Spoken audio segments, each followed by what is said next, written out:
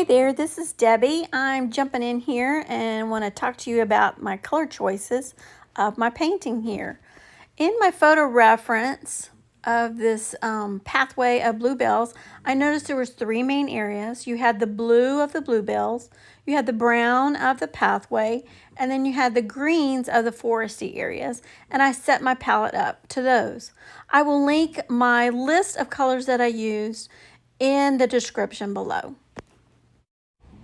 Right now I'm working on the foresty area there, so I've got my three main colors of greens. I've got sap green, green gold, and ultramarine blue that I use. Also for the trees, I've made my own black where I mix the sap green, alizarin crimson, and a little bit of ultramarine blue, and it gives you a really dark color, almost black. And you can see here where I'm using that to create the trees.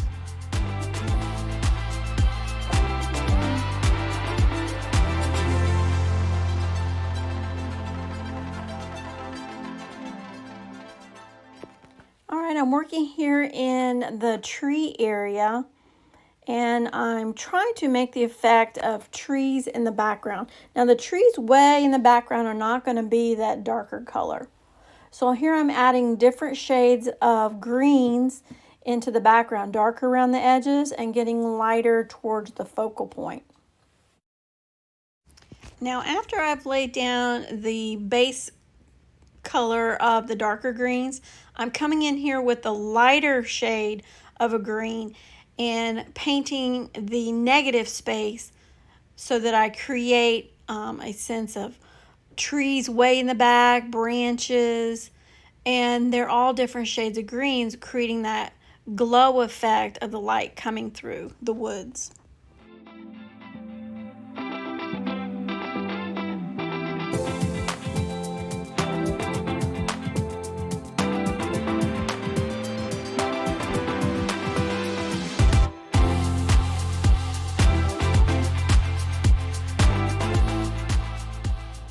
Now you notice here I'm getting lighter and lighter as I cut in, creating the dapple effect of the light coming through the trees. So I still have a good variety of greens in the negative spaces, creating that glowing effect of the light.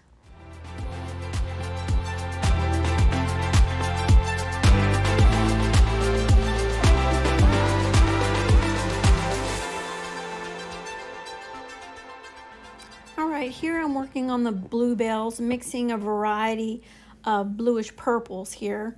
And the main colors I've used are the Dioxazine purple, ultramarine blue. Those are from Golden. And then I have Charvin there with a color called Alexander's Blue. And it's that purpley blue color there that I've been using a lot of.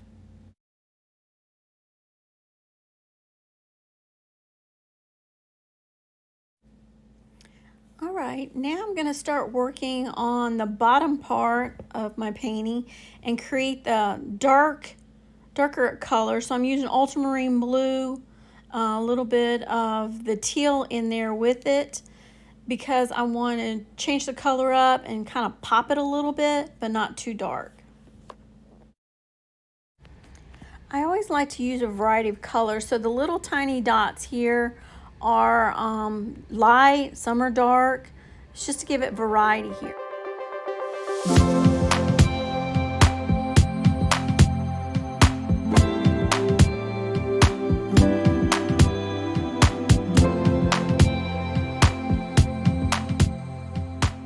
All right, I'm working on my path and I'm trying to kind of mess it up a little bit here so it's not a perfect nice clean pathway because it's in the woods and it's supposed to be kind of messed up.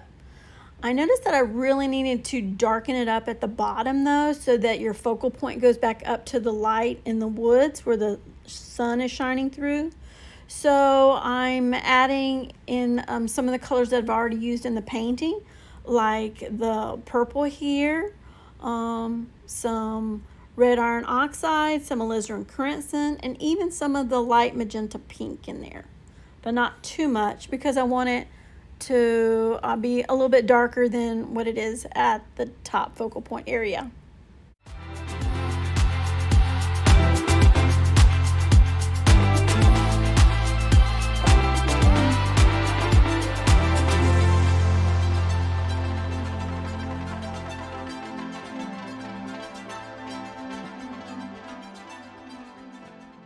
Okay, I'm about finishing up here, so I'm adding the smaller details like the grass, some dappled sunlight in the pathway, and just finishing up here and there.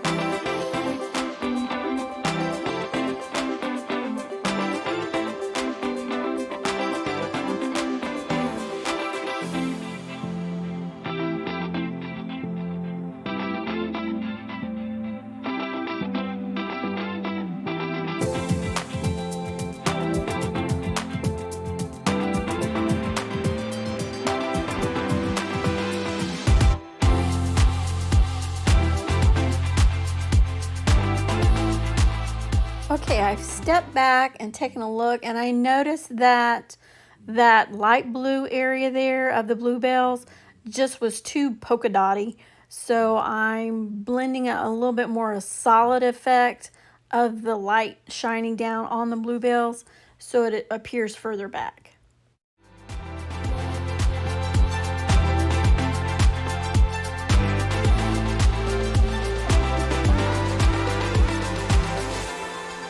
All right, last final touches of the small details, and then I'll be done. All right, all finished. I'm gonna let you take a close look at each of the sections here. And if you liked watching, please like and subscribe. I would really love it. Thanks.